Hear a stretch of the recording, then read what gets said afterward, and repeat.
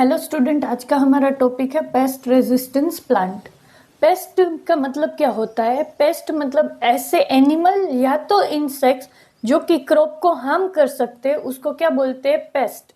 अब paste resistance plant का मतलब क्या है? ऐसे प्लांट्स बायोटेक्नोलॉजी का यूज करके प्लांट को ऐसा बना देना जिससे वो पेस्ट को रेजिस्ट कर सके। अगर पेस्ट है वो प्लांट को हार्म कर रहा है तो उसकी वजह से क्या होगा? जो क्रॉप है उसका जो प्रोडक्शन है वो कैसा हो जाएगा? कम हो जाएगा। इसका एक अच्छा एग्जाम्पल है नेमाटोड्स है। नेमाटोड्स का मतलब क्या होते हैं? Round worms. वो भी क्या है? एक टाइप के एनिमल है। नेमाटोड में कौन सा नेमाटोड? एक एग्जाम्पल लेते, मेलेडोजीन इकोग्निटा। ठीक है, ये मेलेडोजीन इकोग्निटा है। वो क्या करता है? टोबैको प्लांट के जो रूट्स है ना उसको इन्फेक्ट करता है, और उसकी वजह से ये टोबैको का प्रोडक्शन कैसा हो जाता है? कम हो जाता है।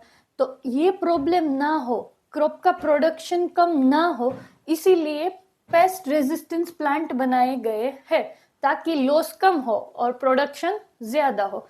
तो ये दो साइंटिस्ट है, फायर और मेलो, उन्होंने 1998 में ये टेक्निक डेवलप करी थी। और उस टेक्निक का नाम क्या है? RNA interference. अब इस टेक्निक का बेसिक प्रिंसिपल क्या है? तो जो ये नेमाटोड्स होते हैं, ये नेमाटोड्स जो है वो एक टाइप का एनिमल है। तो उसके अंदर क्या होगा?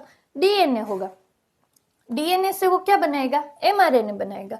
और एमआरएनए से क्या बनाएगा? प्रोटीन बनाएगा। तो अगर डीएनए से एमआरएनए, एमआरएनए से प्रोटीन बना तो वो अच्छी अपनी लाइफ जिएगा। बट अगर हम ये डीएनए है, डीएनए में से जैसे ही नेमाटोड ने एमआरएनए बनाया, ये नेमाटोड ने एमआरएनए बनाया, उस एमआरएनए को ही ब्रेक कर देते हैं।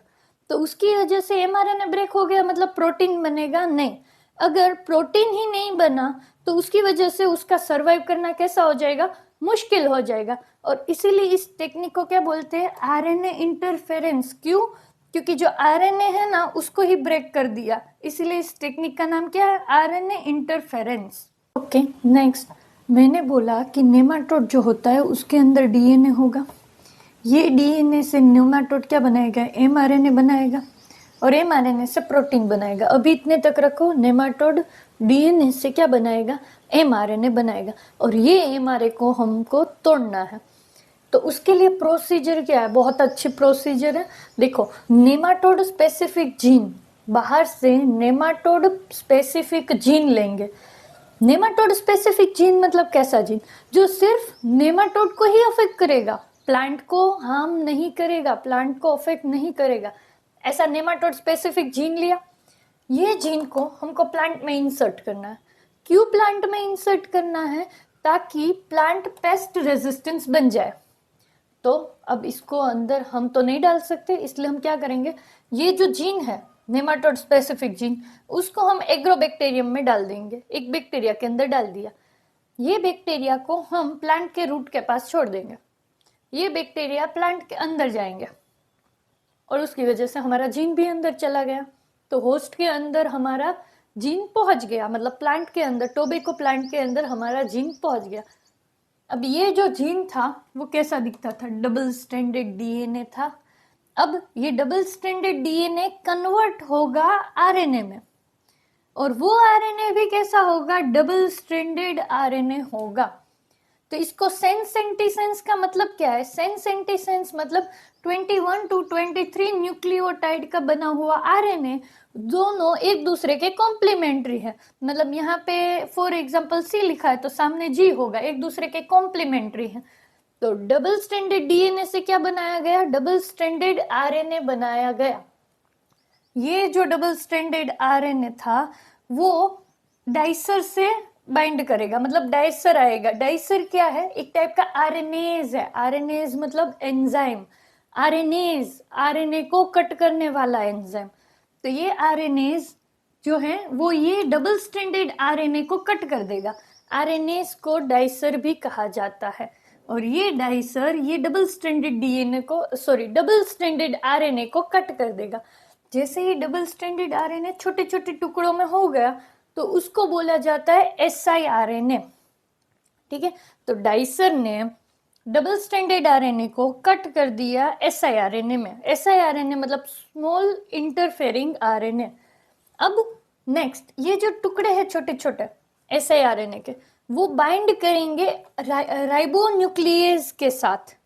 जब ये siRNA राइबोन्यूक्लियस के साथ बाइंड करेंगे तो ये जो कॉम्प्लेक्स बनेगा, दोनों का मिक्सचर बना, दोनों साथ में रहे, तो तब उसको कहा जाता है RNA induced silencing complex. RNA induced silencing complex, जिसको शॉर्ट में रिस्क लिखते हैं, RISC। ठीक है, तो ये अब ये दोनों जुड़ गए। इसका काम क्या था दोनों को जुड़वाने का, तो दोनों जुड़े। उसके बाद ये siRNA है जो डबल स्ट्रैंडेड है, ऐसे डबल स्ट्रैंडेड siRNA वो सेपरेट हो जाएंगे, मतलब जो दोनों साथ में थे वो अनविंड हो जाएंगे।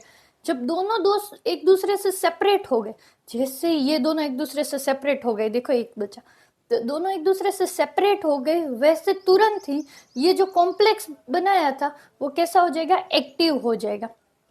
जैसे ही ये कॉम्प्लेक्स एक्टिव हो गया, अब भी ये काम करेगा इतनी सारी प्रोसीजर के बाद। तो अब ये जो कॉम्प्लेक्स एक्टिव हो गया है, वो ये नेमाटोड ने डीएनए से एमआरएनए बना के रखा है अभी अंदर।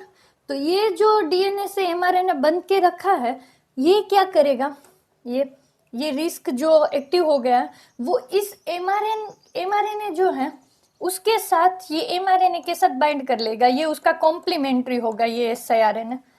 और जैसे ही ये इसके साथ बाइंड करेगा, ये उसको कट कर देगा छोटे छोटे पीसीज में। तो उसकी वजह से एमआरएनए क्या हो गया, कट हो गया।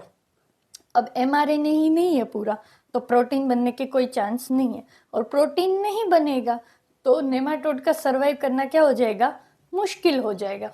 तो इस प्रोसीजर में था क्या, नेमाटोड स्पेसिफिक जीन को प्लांट के अंदर इंट्रोड्यूस करा, और प्लांट के अंदर जब ये जीन गया तो पूरी प्रोसीजर के बाद एमआरएनए टूट गया। एमआरएनए टूटने के लिए दो चीजें हमने यहाँ पे ली है, एक डाइसर जो कि डबल स्ट्रैंडेड आरएनए को कट कर देगा, और उसके बाद है राइबोन्यूक्लियेज जो ये siRNA से बाइंड करके पूरा कॉम्प्लेक्स बना देगा। बाद में ये अनविंड हो जाएगा, कॉम्प्लेक्स एक्टिव हो जाएगा, और ये कॉम्प्लेक्स एक्टिव होने के बाद इस एमआरएनए को तोड़ देगा।